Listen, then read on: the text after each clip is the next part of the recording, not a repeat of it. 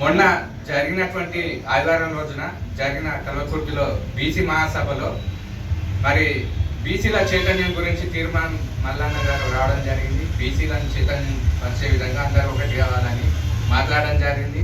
ఆ సందర్భంలో మరి కొందరు కాంగ్రెస్ వ్యక్తులు ఆ పార్టీల బీసీలు కాబట్టి కొందరు ఒక సామాజిక వర్గానికి చెందిన వ్యక్తులు మరి తీర్మాన మల్లన్న గారిని విమర్శించడం జరిగింది.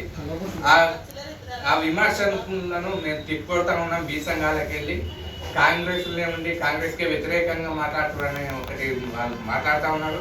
మరి కాంగ్రెస్కు వారు అందించిన సేవలు వినలేనివి. మరి వారు చేసిన సేవల వలన ఆయన గెలిపించారు.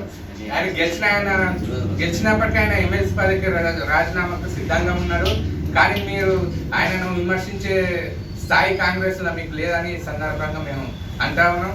ఒకటే చెప్తున్నాం, ఇంకోసారి బీసీలు 60% ఉన్నారు, 42% కామారెడ్డి విషయంలో డిక్లరేషన్ చేసిరు. అదే విషయం పైన మాట్లాడుతూ ఉన్నారు ఈరోజు. మరి మీరు చెప్పిన మాటలే మేము అడుగుతున్నాం తప్ప కొత్తగా ఏమి అడుగుతలేం కదా. రాజ్యాంగబద్ధంగా రావాల్సిన ఫలాలనే అడుగుతున్నాం.